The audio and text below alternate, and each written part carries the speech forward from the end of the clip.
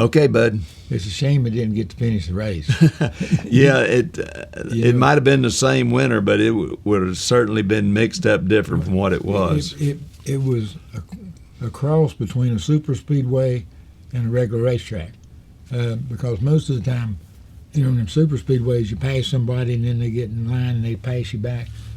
In Atlanta, if you pass somebody, you was in front of them. They didn't ever come back to get you. So it wound up being a pretty dadgum good race as far as I was concerned, because somebody was racing all the time. Well, it was a good race, Richard. I we drove down. You done all the driving down and back, like I got him back like we used to, but it was all good. But I've never seen so much traffic in a big city like Atlanta in my life. But it was good to get out of level cross and see that traffic.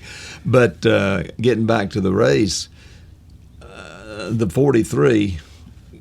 It was a pretty decent car, but they had to work on it to get it where it was, and it put him in the back of the field every time. And then one time he come in and was just going to do 2 tires, and he went over the line, had to put the tire back on, backed him up, and then they decided to change 4 tires and put him in the back again.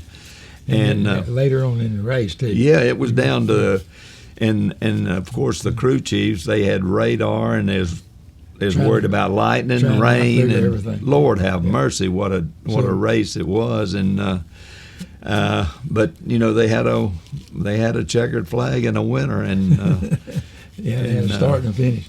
But overall, it's one of the better races I've seen this year, as far as I was concerned.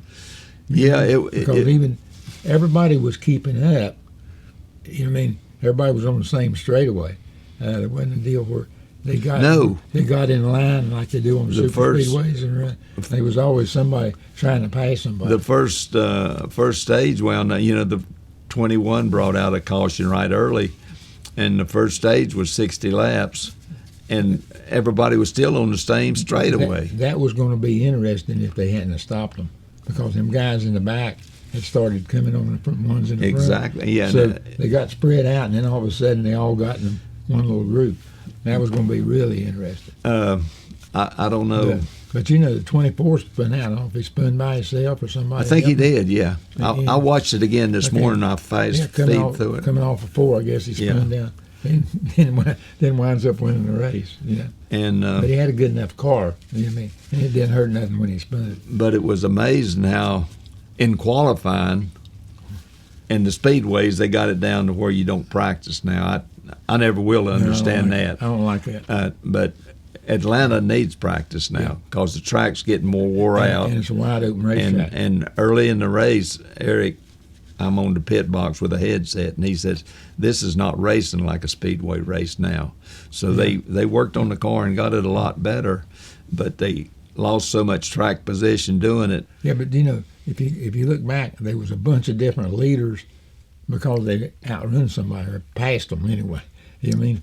I mean, sometimes the inside groove was the best, sometimes the outside groove was the best. So you had to know who you was racing with. I mean, like the 8 car and the 43 car, they raced all night. One in the lead a little while, even though they was back in the pack. Yeah. And then somebody sort of get caught.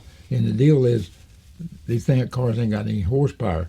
And if you lose your momentum, man, you're in deep trouble. If you're in the line where you got to let off, right, then the guys behind you pass. Yeah, they pull down and pass you. But watching qualifying Saturday, that was 8 of the top 10 were Fords, 1 Toyota and 1 Chevrolet. And where was the first Ford? Third in the race with 34 car, and he had a right front fender tore up, but he was on fumes. Yeah, that's what I'm saying. He stayed out. Exactly. Last time where there was 3 or 4 of them that was up front, 17, 23, 3 or 4 of them. They had to come. Yeah. Well, he was in that group too, but he gambled and stayed out. It won for him. And he was a decent car, but he never really got to the top 8 or 10 on that. It was really, like you say, it was really interesting, and it was going to get more interesting. It was going to get more interesting. When it got down to, 15 or 20 laps to go, them guys would have really started racing then because they had to. Before, they were just trying to make time, and if they had a chance, they passed people. And and getting down to but the crew chiefs kept telling them, rain's coming. We can either have rain or lightning. And they just about hit it right on the money. They got lucky. They got lucky. It come at the break time, which made and nobody got running in the corner where it was wet or any of that kind of stuff.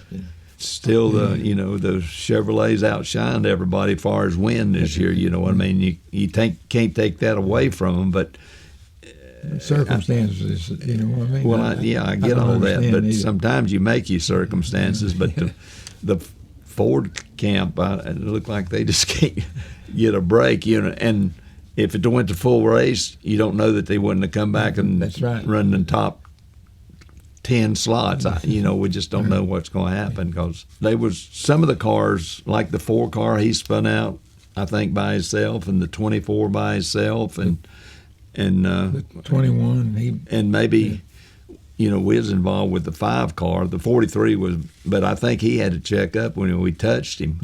And and there was some big saves in there too.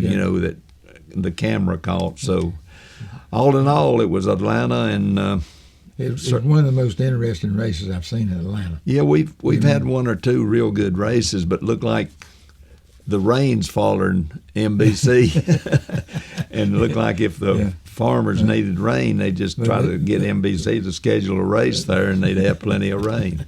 Anyhow, maybe when we go to New Hampshire, it won't rain. We'll find out. Maybe me and you'll probably be on the couch when we watch. We're not going to get wet one way or the other. Okay, they'll certainly have a race without us. See you next week.